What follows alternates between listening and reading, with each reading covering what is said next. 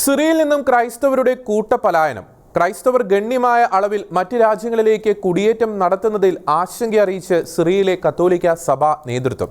90% Syrian പൗരന്മാരും മറ്റ് രാജ്യങ്ങളിലേക്ക് കുടിയേറുവാൻ ശ്രമിക്കുകയാണെന്ന് കത്തോലിക്ക സന്നദ്ധ സംഘടനയായ Aid to the Church Need റിപ്പോർട്ടിൽ പറയുന്നു.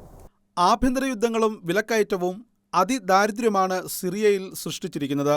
ബാദ് പാർട്ടിയുടെ നേതൃത്വത്തിലുള്ള സിറിയൻ സർക്കാരും സർക്കാരിനെ അട്ടിമറിക്കാൻ ശ്രമം നടത്തുന്ന വിമത സൈന്യവും തമ്മിലുള്ള ആഭ്യന്തര യുദ്ധം 2011 മാർച്ച് 15 ആരംഭിച്ചത്.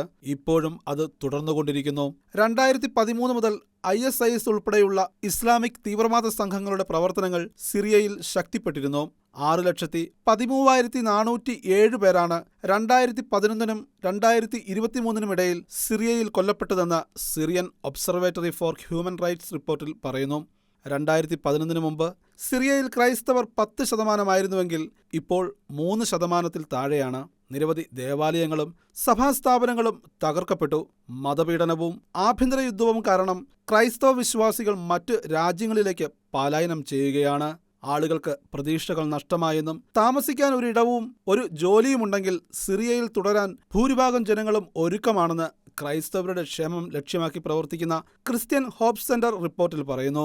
ഫ്രാൻസിസ് മാർപ്പാപ്പ നിരവധി തവണ സിറിയയിലെ ജനങ്ങളോടുള്ള തന്റെ ഐക്യദാർഢ്യം പ്രകടമാക്കിയിട്ടുണ്ട്. രാജ്യത്തെ ജനങ്ങൾ വിസ്മരിക്കപ്പെട്ടിട്ടില്ല എന്നും അവരുടെ ക്ഷേമത്തെപ്പറ്റി സഭയ്ക്ക് ആശങ്കയുണ്ടെന്നും സൂചിപ്പിച്ച് 2022 ഡമാസ്കസ് കോൺഫറൻസിനോട് അനുബന്ധിച്ച് പാപ്പ സിറിയയിലെ ക്രൈസ്തവ വിശ്വാസികൾക്ക് കത്തയച്ചിരുന്നു. International desk, ഷെക്കന news.